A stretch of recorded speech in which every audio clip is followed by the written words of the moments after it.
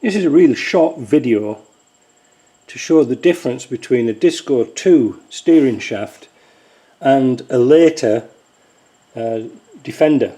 You see they're aluminium.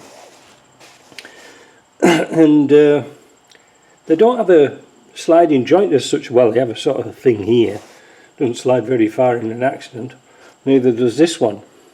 But you can see the length is different, and what I was wanting to do, because this has got a different size spline on here, I was hoping that I could put this shaft complete onto a Defender. But you can see the Defender one is a lot longer because Jeremy cut down the actual shaft for the steering shaft inside the car, so he didn't have to dismantle that, so we knew that it was pretty good. But although the splines are the same, you can see there's a considerable difference. This is like a triangle. I think they call it a barn section.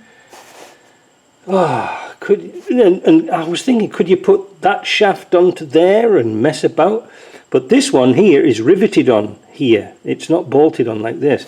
The problem why I took this off was I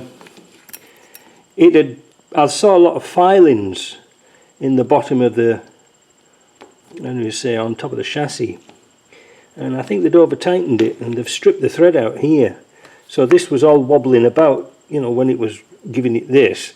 I think I can salvage that by helicoiling that, and we can save it. In fact, I might be tempted to put helicoils in all of them. I don't like these aluminium fittings, but if we can salvage it, because obviously it's Saturday afternoon and we haven't got one. It was driving like that before, so, but the steering must have been awful loose. Top one's okay. Might even put helicoil in that one too. Oh. So that's the difference, because I had plans on putting the Disco 2 shaft onto a Defender. Job done, but it's going to be a nightmare.